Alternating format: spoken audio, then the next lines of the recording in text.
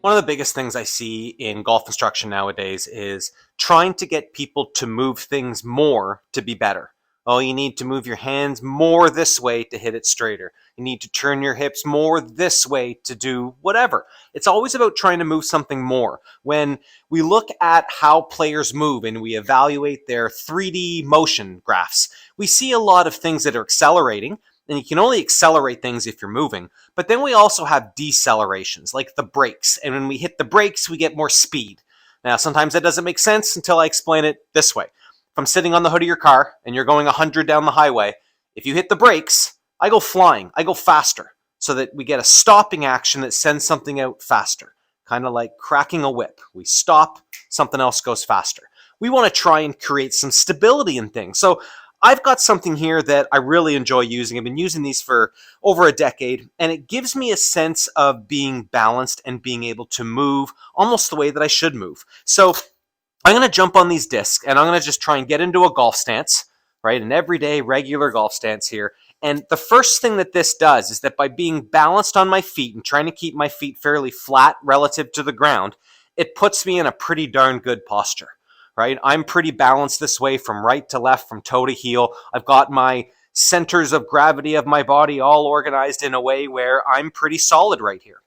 Now, from here, being able to move, being able to actually make a golf swing happen, trying to maintain that balance and stability on the feet isn't exactly easy to do. Right? We have to move the right things at the right time, and if we have anything like a jerky takeaway, our body's going to react and try and balance on the discs, which could really lead to some funky things.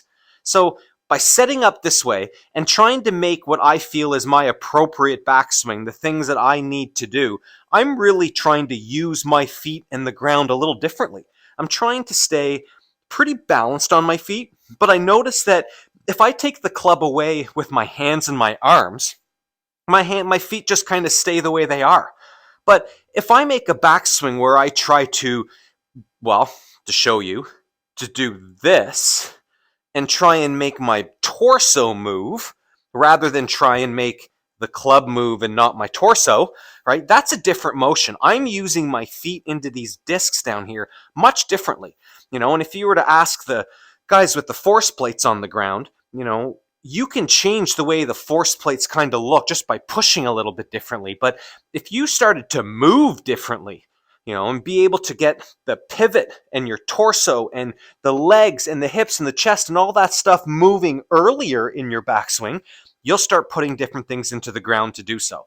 One of the things that I personally notice is that when I get into a situation where I have to work on my side bending, right? My bending from left to right, which happens in the golf swing, right?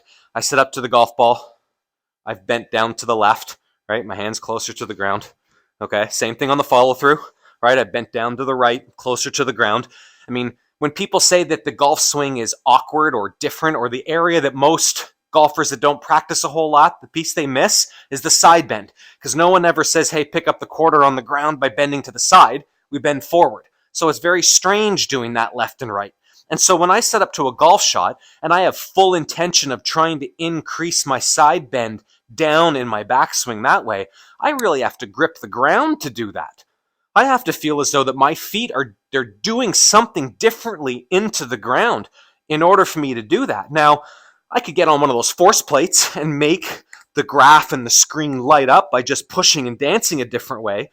But if I actually organized my body in a way that was appropriate to make a golf swing, right, tilting down to the left, boy, I better have some pretty good stability down there, right? So as I prepare to kind of balance myself and get ready to hit some shots here, I want to try and feel that my feet are fairly still. We take advantage of the ground not moving on us, but if it did, I think we would all have much stronger feet and stronger ankles. Where if you get set up on these discs and you try and keep your feet very sturdy, you're now using muscles to prevent motion, not create motion. So here I am trying to create more stability downstairs so that I can create the best upper body action, tilting down to the left as I turn to the right to get my hands to look like where they are right now. I didn't just put my hands there and hope my body worked out. I had to organize how my feet and my hips and my body turn to the top to keep this look of this bend to the side. And so when I jump on these discs, I feel like there's a whole lot less moving taking me to the top of the swing, and a whole lot less moving bringing the club back to the ball, as compared to standing down here and trying to move all these pieces bigger to create better shots. But I don't think we always have to move more to do things better. I think sometimes we can move less. So if you want to jump on Amazon and buy these discs, they're really not all that expensive. And by setting up to a shot and trying to hit a ball balanced on these discs, you might really find that your lower body action is soft when it should be hard. Use your muscles to hold you still. The legs are a lot more like big stability tree trunks than they are pistons that are supposed to fire us up. So, use those legs, create a big foundation, get balanced on the discs, strengthen your ankles a little bit so that you can do that one awkward thing in the golf swing, which is bending to the side one way and bending to the side the other way. I think this is going to help without trying to change too much of your hinge or your shallowing.